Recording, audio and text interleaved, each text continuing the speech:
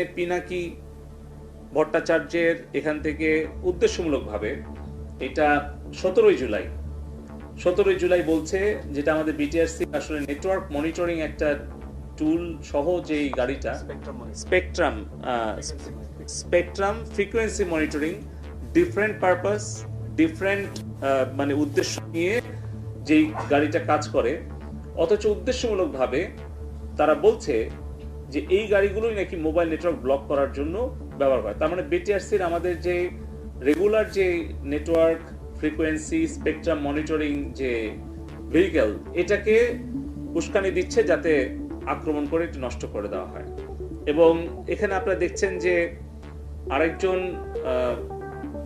Plato Majumdar, সে কমেন্টসে বলছে যে এই গাড়িগুলো নাকি ইসরায়েল থেকে আনা হয়েছে।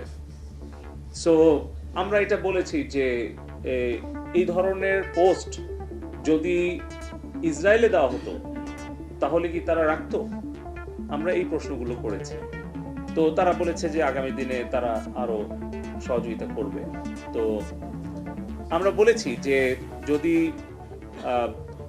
এই যে তারেক জিয়ার ভেরিফাইড পেজ থেকে যে কিনা সাজাপ্রাপ্ত, যে কিনা পলাতক, এই ধরনের কোনো পলাতক এবং যদি কোনো কেউ মানে এই ধরনের পোস্ট দেয় যে কিনা বলছে সরাসরি আমাদের মাননীয় প্রধানমন্ত্রীকে উদ্দেশ্য করে, সে বলছে হাসিনার খুনি বাহিনী আমাদের সন্তানদেরকে রাজপথে হত্যা করেছে, আপনারা বলেন এই প্রথম লাইনটা কোন কমিউনিটি স্ট্যান্ডার্ডে পড়ে?